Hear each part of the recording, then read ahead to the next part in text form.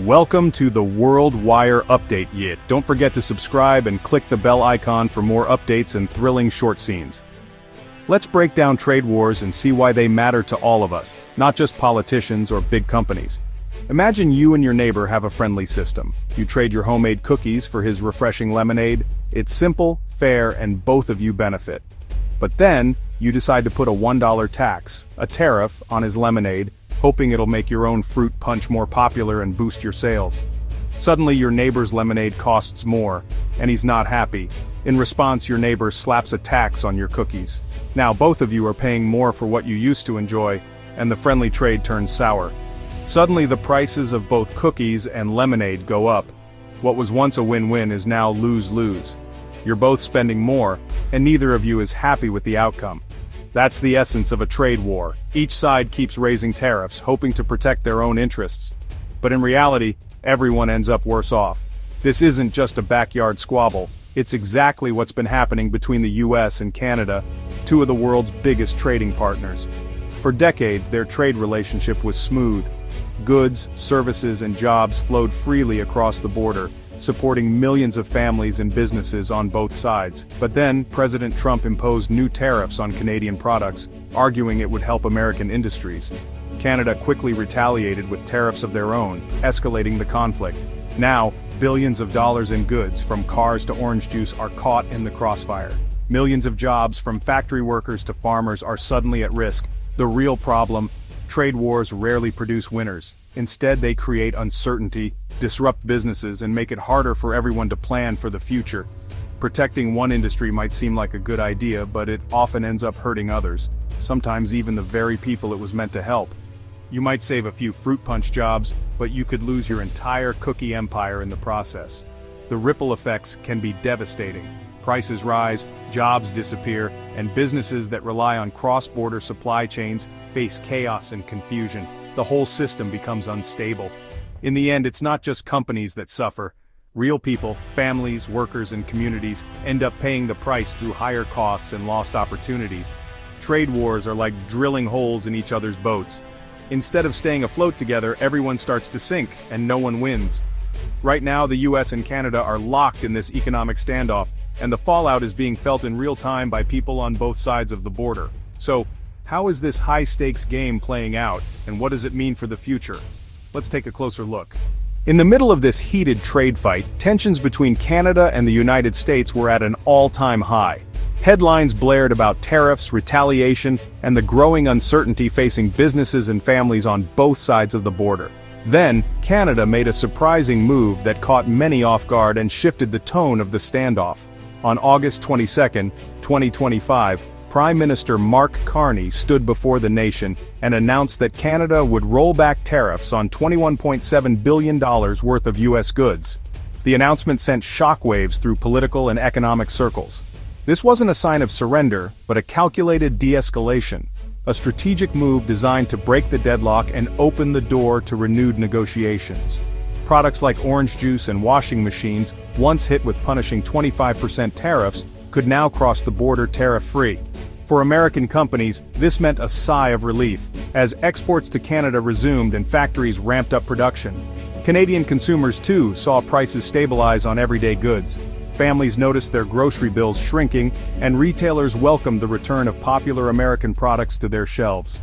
But Canada held firm on its biggest bargaining chips. Tariffs on U.S. cars, steel, and aluminum remained in place, signaling that the core of the dispute was far from resolved.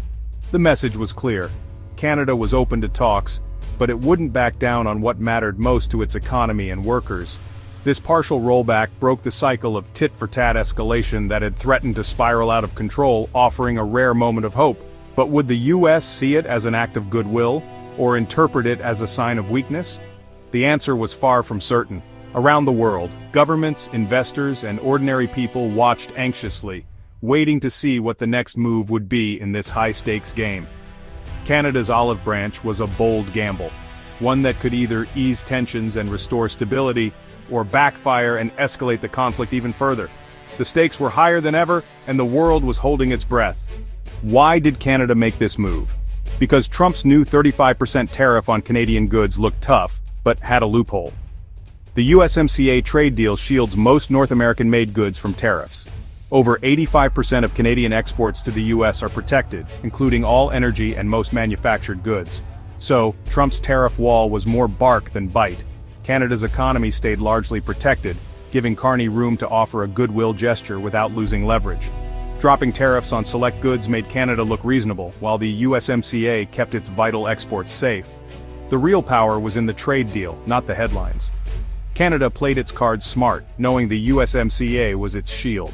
The trade wars drama was real, but the impact was carefully managed. Canada's tariff rollback sparked political drama. Prime Minister Carney, elected on a tough-on-Trump promise, faced backlash for appearing to fold. Conservative leader Pierre Poilievre called it capitulation, claiming Carney blinked first. Carney countered, "This was strategy, not surrender." Thanks to the USMCA, Canada's effective tariff rate was just 5.6%, far lower than other countries. He argued Canada was de-escalating where it could, saving its strength for bigger fights. In the US, the White House claimed victory, crediting Trump's hardline tactics. Trump's base saw it as proof his strategy worked.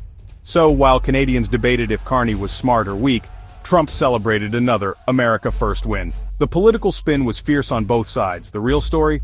The trade war was far from over. Beyond politics, trade wars hit real people. In Ontario, Canada's auto hub, 38,000 manufacturing jobs vanished in 3 months. Tariffs on steel, aluminum, and auto parts made cross-border manufacturing costly, forcing layoffs. The Canadian government scrambled to support struggling industries. In the US, tariffs fueled inflation. Companies passed costs to consumers, raising prices on everything from washing machines to groceries. A Yale study warned tariffs could push 875,000 more Americans into poverty by 2026. The US collected record customs revenue, but it was a tax on its own people. The trade war, meant to protect jobs, was hurting workers and families on both sides. Economic pain was spreading with no clear winners. The cost of this standoff was measured in lost jobs and higher prices. While the trade war raged, a legal battle brewed in the US courts. The question, does the president have the authority to impose sweeping tariffs alone? A federal appeals court said Trump may have overstepped, using emergency powers meant for national security. The Supreme Court will decide soon. If it rules against Trump, billions in tariffs could be refunded to businesses. This would strip Trump of his favorite economic weapon, forcing him to seek congressional approval for future tariffs. The outcome could halt unilateral trade wars and reshape U.S. trade policy. The fate of billions in global trade now rests with 9 justices. If the court rules against Trump, the trade war could end overnight. The legal fight could change everything. All eyes are on the Supreme Court. The future of North American trade is on a knife's edge, with uncertainty looming over every border and boardroom. The decisions made in the coming months could reshape the economic landscape for generations. The USMCA, the trade pact binding the US, Canada, and Mexico, faces a critical review in 2026. Former President Trump has signaled his intent to reopen the deal, pushing for terms that he believes would better serve American interests. This move has sent ripples of anxiety through boardrooms and government offices across the continent. If the agreement unravels, chaos could hit businesses across Canada, the US, and Mexico. Factories could shutter, cross-border trade could grind to a halt, and thousands of jobs could be at risk almost overnight.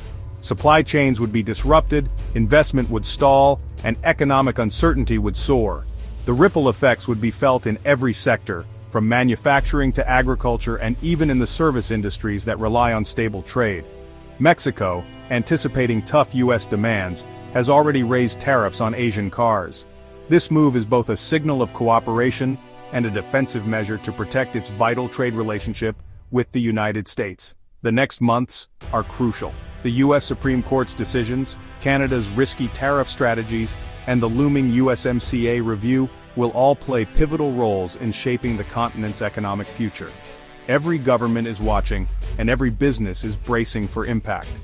For ordinary people, this isn't just about policy or politics. It's about jobs, prices at the grocery store, and the stability of their daily lives. The consequences will be felt in every household. The peace in North American trade is fragile, held together by delicate negotiations and mutual trust that could fracture at any moment. Every move now could tip the balance, with leaders making high-stakes decisions that will echo for years to come. The outcome will affect everything from your morning coffee to your job, your commute, and the prices you pay for everyday goods. The stakes have never been higher. The world is watching, and the pressure is mounting with every passing day. The next chapter in this trade war is about to be written. Stay tuned as history unfolds before our eyes.